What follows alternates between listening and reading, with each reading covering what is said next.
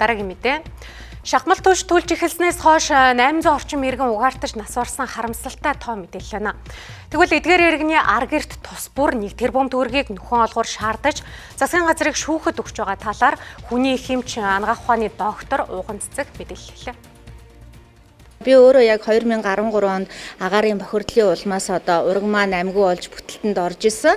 Тэгээ би 7 сар хүртэл хүүхдээ тэгээд 2 дахь хүүхдээ гаргаж чаа. Тэгээд сэхэнд сар болоод тэгээд хүүхд маань ургийн бүтэлд одоо гарч ирж исэн. Тэгээд яг тэр төрхөөс одоо нөгөө хүүхдгүү гарч ирнэ гэдэг ямар хэцүү байдаг тэр зовлонг би өөрийн биеэрээ мэдэрчээсэн. Тэгэнгүүт 19-20 оноос хойш бүр энэ шахмал түвшний чанар стандарт нь өөр болоод амьсгалахын аргагүй болоод нас орж байгаа хүмүүсийн тоон хүртэл нэмэгдээд явц.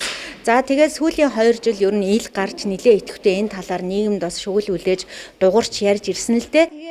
Иймээс тэрээр засгийн газарт шаардлага хүргүүлж шахмал түвшнээс олж угаартаж нас барсан иргэдийн ар гэрт 1 тэрбум төгрөгийн нөхөн олгоор олгож агаарын чанар шахмал түвштэй холбоотой 4 төрлийн стандартыг 5 дугаар сарын 1 гэхэд боловсруулж 7 дугаар сарын 1 гэхэд батлахыг шаардлаа.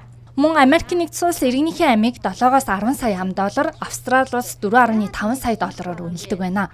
Харин Монголд иргэнийхээ амийг ихтэй 100 сая төгрөгөөр үнэлдэг. Зарим тохиолдолд эд хөрөнгийг хүний амнаас илүү үнэлсэн тохиолдол байдаг гэлээ. Дэлхийн стандартыг харсан. Өөрөөр хэлбэл Америк, Австрали, Шинэ Зеланд энэ хөгжилтэй орнууд яаж үнэлдэг юм байна тэрийг хараад одоо хамгийн бага хэмжээгээр нь одоо хэмжилж байгаа гэсэн. Сайжруулсан түвш түлж эхэлснээс хойш 17300 хүн угаартсан гэх мэдээлэл бий. Иймээс энэ хүмүүсийн эрүүл мэндийн асуудал цаашид хөндөгдөнө. Мөн угаартсан иргэдийг тоолох биш, шийдвэртэй алхам хийх цаг болсон гэдгийг тэрээр онцлсон. Түүнчлэн угаарын хийн хордлогоор хайртай хүмүүсээ алдсан иргэдийг холбогдож хамтдаа хүчээ нэгтгэхийг уриалсан юм а.